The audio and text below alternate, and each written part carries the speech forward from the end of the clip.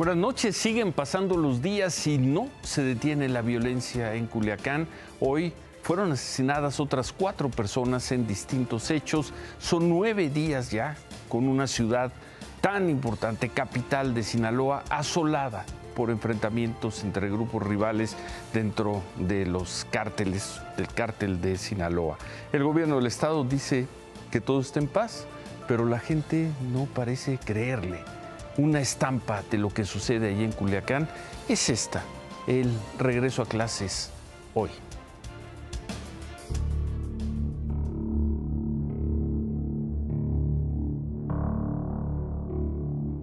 El llamado del gobernador de Sinaloa, Rubén Rocha, a reanudar las clases este martes fue ignorado en Culiacán. Lo mismo ocurrió en los municipios de Lota, Cozalá y San Ignacio. El miedo fue mayor, pues continuaron los hechos de violencia en la entidad.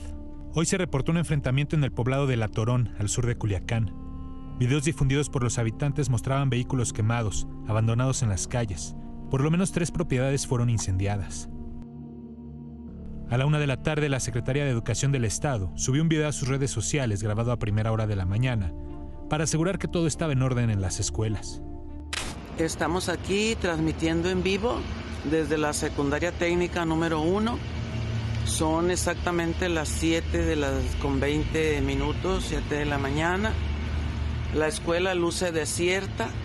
Les informo, estoy yo aquí, no pasa nada. Vengo del Tamarindo, La Conquista y de algunas otras secundarias. Ando sola, no traigo chofer, no traigo guaruras, porque luego dicen que es peligroso moverse y yo no veo por ningún lado el peligro. Pero para esa hora ya eran virales en redes sociales las imágenes de violencia en la ciudad. Minutos después, la secretaria de Educación bajó el video.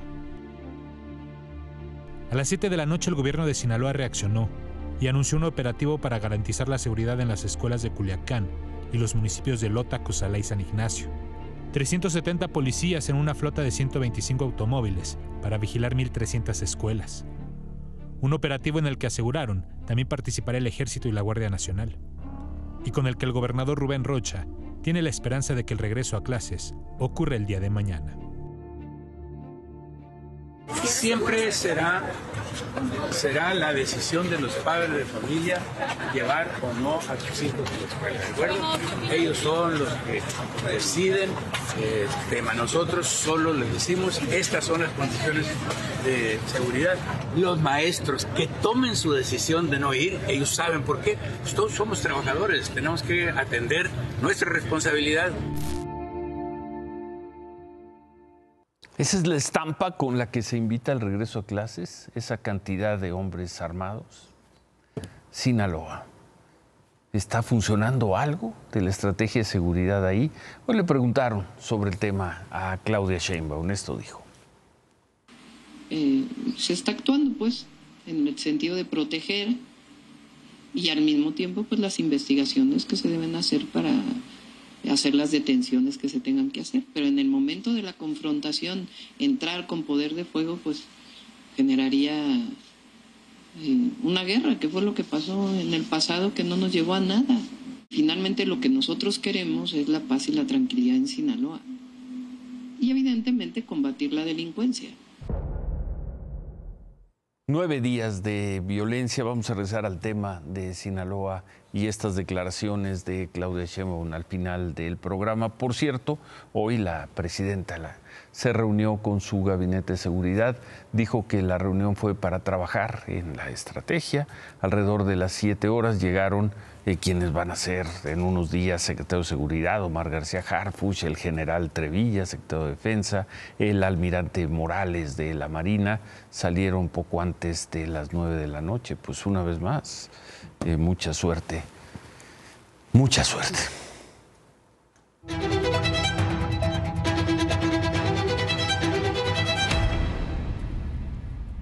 Por la mañana tuve oportunidad de entrevistar al expresidente Zedillo. Habló largo y fuerte sobre la reforma al Poder Judicial y aseguró que no es una exageración decir que el sistema judicial y democrático en México está en riesgo y que el país por esta vía solo se puede dirigir a una tiranía.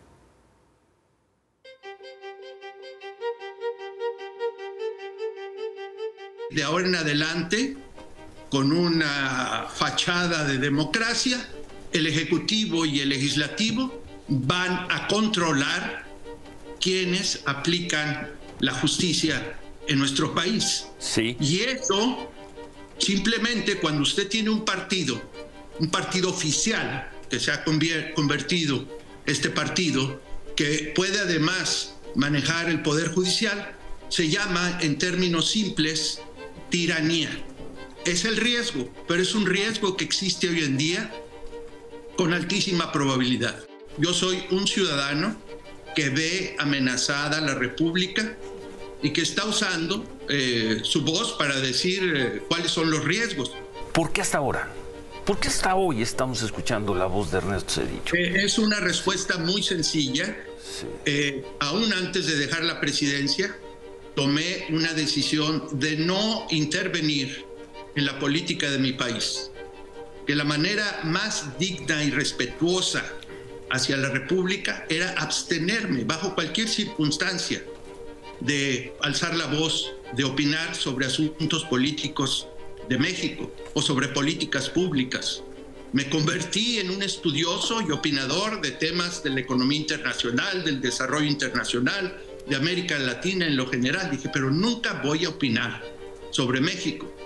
Pero cuando veo que la República está en riesgo, no puedo quedarme callado. No puedo ser cobarde. La República está en riesgo y no me quedaré callado. Ernesto Zedillo. Tuve oportunidad de preguntarle también si ve algo de esperanza con la llegada del gobierno de Claudia Sheinbaum. Yo creo que la doctora Sheinbaum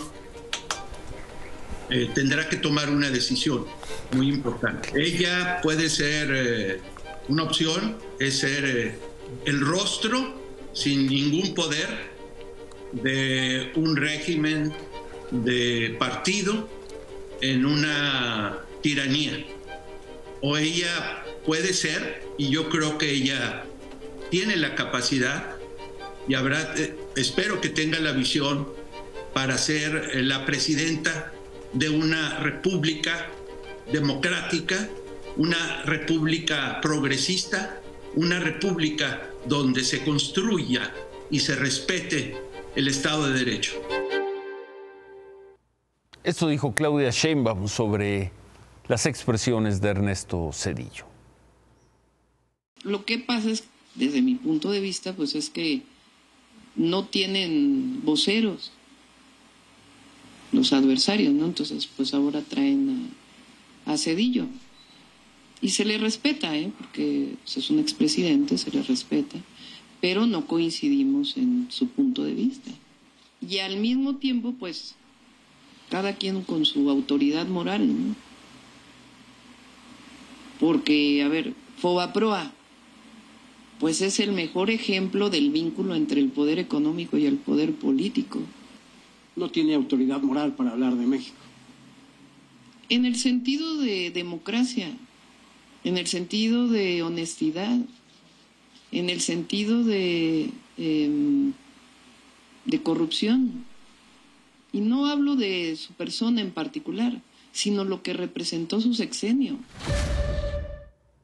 El expresidente Ernesto Zedillo y su preocupación una vez aprobada la reforma al Poder Judicial.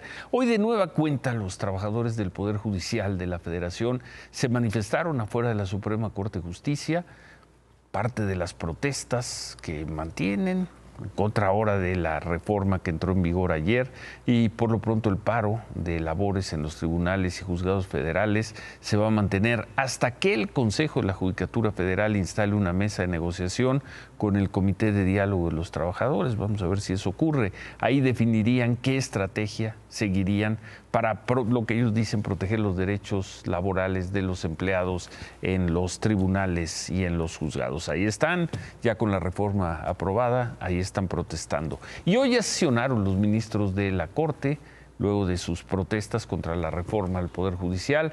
La sesión duró apenas unos 4 minutos, no hubo ningún tipo de pronunciamiento sobre la entrada en vigor de esta reforma.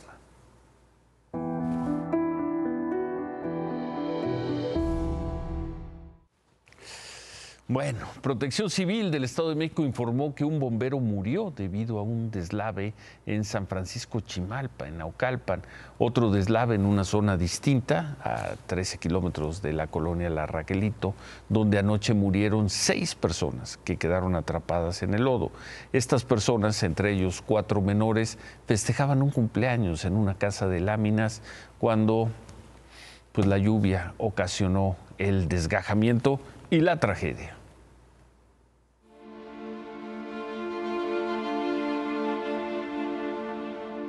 No. La impotencia de estar ahí, estar rascando, tratando de sacarlos, pero no poder sacarlos en ese instante. Sientes, cuando llegamos ya sentimos la desesperación de sacarlos, tratar de sacarlos, meternos por donde sea y sacarlos, pero pues no se podía.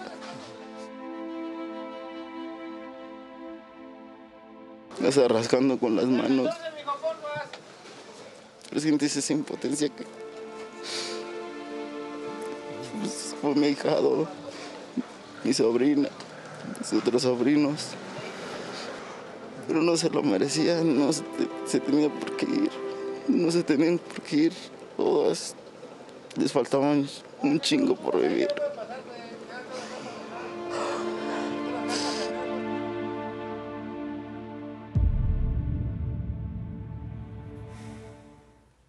Por la tarde, la gobernadora del Estado de México, Delfina Gómez, estuvo en las zonas afectadas de Naucalpan y dijo esto. Lamentablemente, pues hay muchas viviendas que están en zonas en donde no deberían de estar. Pues ahorita yo creo que lo importante es hacer conciencia en los ciudadanos en general de que debemos de verdad tomar en serio no estar edificando o no estar haciendo nuestras viviendas en lugares donde no deben de ser. Sí, por eso ya es hora de que se le dé la atención y que se hagamos lo propio, porque si no estaríamos cayendo en lo mismo. Una cosa es convencer a los ciudadanos y otra es impedir, como autoridad, que construyan viviendas donde no deben construirse. La maestra Delfina Gómez, la gobernadora, se refería también no solo al caso de Naucalpan, sino a los asentamientos irregulares en Jilotzingo, donde lo hemos visto los últimos días, otro desgajamiento de un cerro, en el poblado de San Luis Ayucan, ocurrido el viernes, dejó 9 muertos. Hoy fueron velados los cuerpos de 8 de las víctimas. Las autoridades federales dieron por concluidos los trabajos de búsqueda y rescate, pero la autoridad de Jilotzingo se comprometió a mantenerlos, ya que todavía se reportan 2 personas desaparecidas y bueno, sigue lloviendo allá en San Luis Ayucan. En otras cosas, hablábamos anoche de la dificilísima situación por la que pasa Cuautla, debido fundamentalmente a las extorsiones, el crimen organizado que decide cuándo y cómo se debe abrir o cerrar un negocio. Y la pregunta es, la autoridad, ¿dónde está la autoridad en Cuautla? Llega y me dejan aquí el papel que el patrón necesita hablar con usted y hasta ahí, que se comunique, es lo que hacen. Y pues tienes que hacerlo, ¿por qué? Voy a repetir, no sabes a lo que te atienes porque es una incertidumbre y lo voy a repetir, el miedo es por la familia. El primer llamado lo hacen así. Entregan al dueño del establecimiento un pedazo de hoja con un número telefónico y una amenaza velada. Esperamos su llamada lo más rápido posible. Se pierde trabajo para la gente, el sustento de uno, las familias. Y entonces al rato vamos a parecer un pueblo fantasma.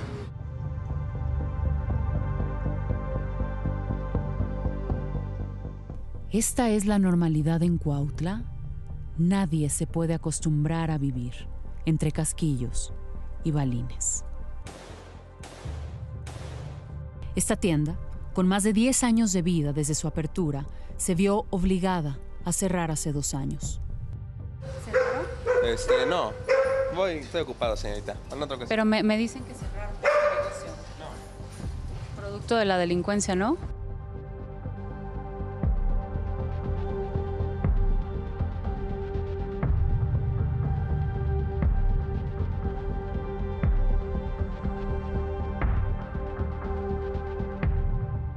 En esta plaza hay 10 negocios cerrados.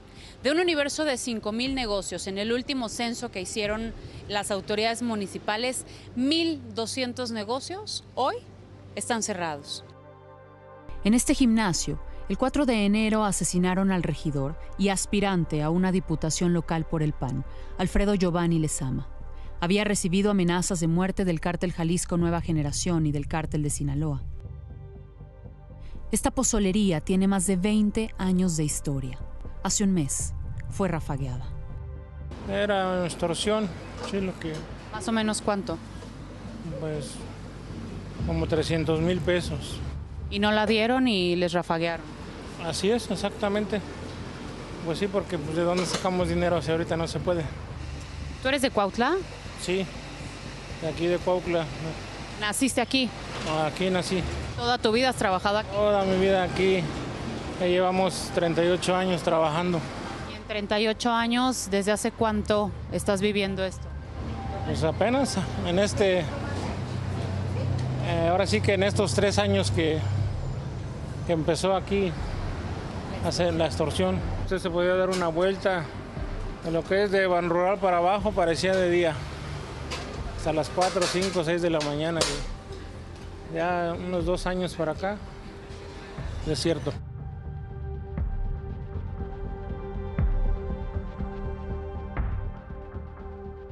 A las combis, según las autoridades, les piden de 3,000 a 5,000 pesos por unidad, semanal. Según nos dicen, llegan a ser hasta 100 combis por ruta. Y para el que no paga, plomo. ¿Dónde está la autoridad de Cuautla?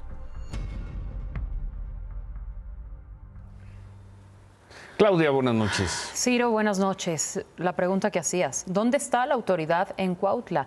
¿En la bella Cuautla? ¿Qué Cuautla es esa, a decir del alcalde? Porque a decir de lo que nosotros registramos, hoy Cuautla es uno de esos lugares administrados por la delincuencia en este país. ¿Quién puede trabajar y quién no? Eso ya no lo decide la autoridad municipal. Bueno, eso en Cuautla, en Morelos. Ahora, en Guerrero, están por cumplirse 10 años de la desaparición de los normalistas de Ayotzinapa. Sí. Pero llamó la atención hoy lo que dijo la gobernadora de Guerrero, Evelyn Salgado. Dijo que van a lanzar una campaña masiva para que sea el pueblo el que los ayude a encontrar a los 43 estudiantes desaparecidos. El lanzamiento de una campaña masiva de difusión que va a abarcar medios de comunicación como radio, televisión, periódicos, redes sociales y espectaculares. La finalidad de esta campaña es extender y reforzar la búsqueda de los normalistas y al mismo tiempo seguir pidiendo la colaboración de la ciudadanía para poder dar con su paradero. Cada ficha de búsqueda es una esperanza y la posibilidad de sumar voces y voluntades para encontrarlos. Confiamos en que esto podrá arrojar nuevas pistas. Yo pensé que buscar los restos, pero no. ¿En qué consiste esta campaña? En colocar anuncios espectaculares como este que estamos viendo. Se anuncia una recompensa de 10 millones de pesos a quien aporta información sobre el paradero de los 43 normalistas. ¿Sobre los restos? Pues no detallan, lo único que te dicen es, te doy 10 millones si me das información, cualquiera que sea. Son en total 23 los espectaculares ubicados en Chilpancingo, en la Autopista del Sol, en municipios de la región norte. ¿Qué pensarán los padres de los 43 normalistas desaparecidos? Los anuncios tienen fotografías con sus rostros y un teléfono para comunicarse y que el pueblo se encargue.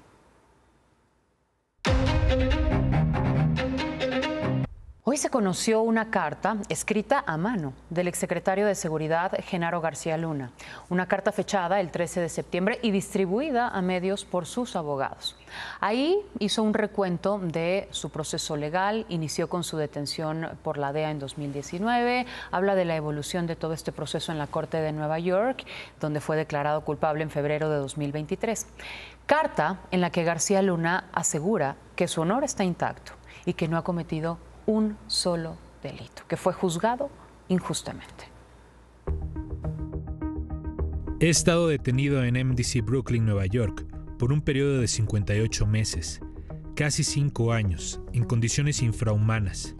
He presenciado homicidios, apuñalamientos y amenazas sistemáticas a mi integridad. Fui segregado casi un año a las celdas de castigo sin haber violado alguna norma o falta al reglamento y sin tener un registro de mal comportamiento. Con estas circunstancias, sin ninguna prueba en mi contra, con información falsa aportada por el gobierno de México y los testigos criminales, y con la absoluta omisión de los fiscales en no corroborar la existencia y veracidad de un solo dato o información aportada por ellos, aun con la evidencia presentada por la defensa que acredita que es falsa, se llevará a cabo la sentencia. La sentencia está sujeta a la revisión de un tribunal colegiado de la Corte de Estados Unidos, a través del uso del recurso jurídico de la apelación, instancia responsable de observar el estricto derecho y legalidad del juicio. Bueno, en esta misma carta de 4 cuartillas, Genaro García Luna afirma que el Poder Judicial en México y el Poder Judicial en Estados Unidos fueron los que determinaron que su patrimonio de más de 20 años es lícito. Insistió en que en las acusaciones en su contra se sostienen de dichos declaraciones de criminales a quienes relacionó de manera directa, organizaciones criminales que relacionó de manera directa con el presidente López Obrador. Es del conocimiento público y está en los registros oficiales de México y Estados Unidos, los contactos, videos, audios, fotografías, registro de comunicación y gestión entre el actual presidente de México, Andrés López Obrador, y sus operadores, con los líderes del narcotráfico y sus familias. En particular con los narcotraficantes que fueron utilizados como testigos en mi contra durante el juicio, quienes inclusive durante el juicio imputaron al presidente López Obrador y a sus operadores de estar vinculados con ellos y el narcotráfico. Estos hechos son corroborados con la reciente captura del narcotraficante Ismael Zambada Mayo Zambada, la carta emitida por él, donde señala los vínculos del actual gobierno con él y el narcotráfico, la posición del gobierno de México contra la captura del capo y el desmantelamiento del Poder Judicial de México, jueces, magistrados, ministros, corte, cuyos principales beneficiarios son los criminales. Hechos ratificados con la suspensión de relaciones oficiales entre México y Estados Unidos, decretada por el actual presidente de México, debido a la postura de Estados Unidos ante estos hechos. Y termina su carta con una posata en la que dice que todos los respaldos y evidencia de la información referida en su carta consta en los registros oficiales de la Corte de Brooklyn en Nueva York. Registros que, a decir de García Luna, son públicos. El juez que llevó su caso fijó para el 9 de octubre la fecha, el encuentro con su destino. Ahí se conocerá la sentencia contra García Luna. Y hace unos minutos, al salir de su casa de transición, Claudia Sheinbaum habló sobre las acusaciones de García Luna y dijo esto. Eso es falso, es un tema político. El presidente nunca ha estado involucrado en nada que tenga que ver con relación con algún delincuente. Entonces es absolutamente falso. Es un tema político, ya se va el presidente García Luna. Quiere, supongo, mancharlo, pero no va a poder. Bueno, gracias, Claudia. David. El financiamiento del próximo gobierno deberá ser sostenible. Claudia Sheinbaum tendrá que hacerlo y ahorita te voy a explicar cómo lo hará. Quizá uno de los cambios más importantes y evidentes que se darán entre el gobierno que está acabando y el de Claudia Sheinbaum es cómo se relaciona con el sector energético. ¿Qué tal, Ciro? ¿Cómo estás? Muy buenas noches. Mientras que el gobierno que sale decía que todo era Pemex y CFE y que había que mantenerse ahí, sí, el gobierno de Claudia Sheinbaum está pensando en hacerlo totalmente diferente. Está pensando hoy, como decía la Secretaría de Hacienda, en las energías limpias, las energías alternativas, que va a crecer mucho el financiamiento en la energía eólica, hídrica y todas estas nuevas tecnologías, porque solo así se puede crecer. Yo destacaría 2 puntos aquí. Primero, que se va a quitar esa obsesión, esa dependencia, esa manera de que todo debe ser Pemex y Comisión Federal de Electricidad. Eso es un buen deseo tuyo. No es un buen deseo. Cuando oyes a la Secretaría de Hacienda decir, vamos a crecer en la colocación de instrumentos de este tipo. no es un buen deseo cuando nombra a Luz Helena González como secretaria de Energía, que esa es su experiencia. No es un buen deseo, es una necesidad. Es una gran necesidad del próximo gobierno de dejar de seguir jugando a los 70s, a los 80s y entrar a lo que es la energía moderna. Claudia Sheinbaum ha dicho que se va a mantener el control estatal en Pemex, se va a mantener el control estatal en la Comisión Federal de Electricidad, pero que es necesario entrar a lo que está pasando en el mundo, dejar de negar esa realidad como se hizo durante este sexenio. ¿No? Bueno. ¡Lo veremos! Bueno, sí, veremos. Todo lo veremos. Pues sí, todo lo veremos. Pero está bien, mejor. Debe ser un hombre de fe como yo. Vamos a ver los hechos. Remátala, David. Antonio Martínez, el jefe del Servicio de Administración Tributaria, dice que aumentaron 190% la capacidad, la eficiencia recaudatoria del gobierno. Y hacemos una pausa. Muy difícil de rebatir lo que dijo hoy Claudia Sheinbaum sobre la violencia en Sinaloa, pero la pregunta, 2 semanas de que tome la presidencia, es sí, pero ¿cuál es la salida? Volvemos con eso.